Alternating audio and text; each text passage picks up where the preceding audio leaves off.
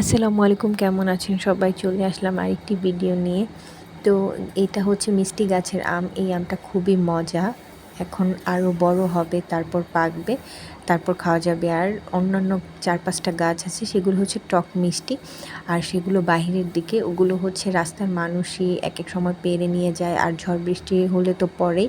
আর ইদানিং যেহেতু অনেক বৃষ্টি হচ্ছে, তো যার কারণে অনেক আম পড়ে গিয়েছে। গাছের অনেক ডালও ভেঙে গিয়েছে, কারণ এত পরিমাণে বৃষ্টি হচ্ছে ঝড়ের মতো, যার কারণে হচ্ছে অনেক আমগুলো পড়ে যাচ্ছে। তো এই গাছের আমটা সবাইকেই দেওয়া হয়, সবাই পছন্দ করে, এসে খোঁজে। তো আমার শাশুড়ি বলে যে এই গাছের আম এত পরিমাণে কম ধরে আর সবাই এত খেতে চায়, যার কারণে হচ্ছে নিজেরাই ভালো করে খেতে পারি না, এমন এক অবস্থা। আগে হচ্ছে রোজার ঈদে যখন আসলাম, তখন দেখলাম যে এই গাছে এত মুকুল আর ছোট ছোট আম ধরেছিল, কিন্তু এই আমগুলো অনেকখানি পড়ে গিয়েছে। আর এটা হচ্ছে টক মিষ্টি আমের আচার। গ্রামে আসলে নতুন নতুন আচার খাওয়া যায় আর কি। আমি এত রকম আচার বানাতে পারি না, বানাতে জানলেও সময়ের কারণে হয় না। আমাদের ঢাকায় রোদ আসলেও ছোট ছোট বাচ্চা, ওরা হচ্ছে যদি বারান্দায় এগুলো ফেলে টেলে দেয়, যার ভয় আমি কখনো আচার করি না। আজকে একটু বাদাম ভাজবো, কারণ আমার শাশুড়ি কালকে ঈদ, সেই সেমাই রান্না করবে, ওইটাতে বাদাম দিবে, জর্দা সেমাই এগুলোতে সে বাদাম দেয় সব ধরনের। তো ওই বাদামগুলো ভেজে রাখলে তার জন্য আর কি একটু উপকার হবে।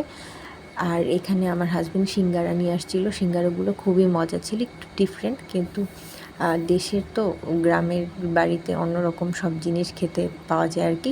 স্বাদগুলোও ভিন্ন থাকে, ডিজাইন একটু অন্যরকম থাকে। তারপর হচ্ছে এই তো দুধ চা দিয়ে হচ্ছে খাবো, রুটি খাবো, সকালের নাস্তা। তারপর হচ্ছে বৃষ্টি হয়েছিল, বৃষ্টি হচ্ছে আবার চলে যাচ্ছে, ঝাড়ু দিতে দিতে আমার একদম শরীরের অবস্থা 12টা।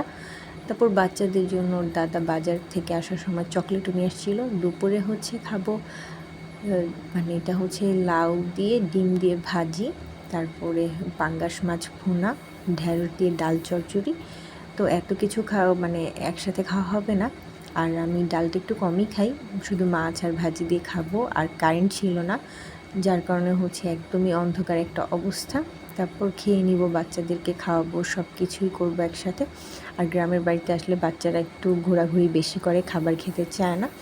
আমার শাশুড়ি মা সন্ধ্যার পরেই সেমাই রান্না করে ফেলেছেন। এখানে ওই যে বাদাম দিয়েছে, কিশমিশ, সব কিছুই আছে অনেক বড় হাঁড়িতে। আর কালকে মাংস, ডিম, পোলাও এগুলো থাকবে।